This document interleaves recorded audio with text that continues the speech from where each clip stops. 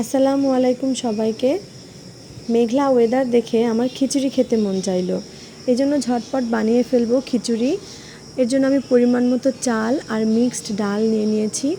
এরপর সসপ্যানে তেল দিয়ে দিব, আর তেলটা একটু গরম হয়ে আসলে পেঁয়াজ, কাঁচামরিচ আর কয়েকটা রসুনের কোয়া দিয়ে দেব। আর যা যা প্রয়োজনীয় ইনগ্রিডিয়েন্টস খিচুড়ি রান্নার জন্য সবই একে একে দিয়ে দিব। খিচুড়ি রান্নার রেসিপি আসলে শেয়ার করার মতো কিছুই না, এটা তো আমরা সবাই জানি কিভাবে খিচুড়ি রান্না করতে হয়। আর এই বৃষ্টির ওয়েদার দেখে আমার একটা কোটেশন মনে পড়ে গেল জন আপডাইকের, rain is grace, rain is the sky condescending to the earth, without rain there would be no life. আসলে এখানে কবি বোঝাতে চেয়েছেন বৃষ্টি হচ্ছে আমাদের জীবনে আশীর্বাদ স্বরূপ, আর বৃষ্টি হচ্ছে আকাশের একটা অহংকার এই পৃথিবীর প্রতি। যদি বৃষ্টি না থাকতো তাহলে কোনো জীবনও থাকতো না।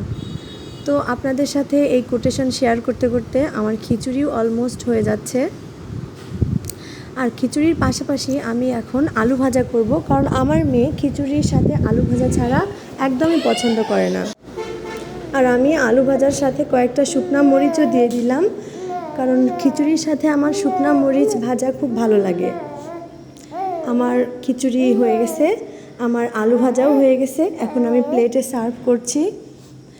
আমি শসা নিয়েছি, আমাদের গাছের লেবু নিয়েছি, 2টা শুকনা মরিচ ভাজা, আলু ভাজা আর ডিম ভাজা। সবাই ভালো থাকবেন, সুস্থ থাকবেন।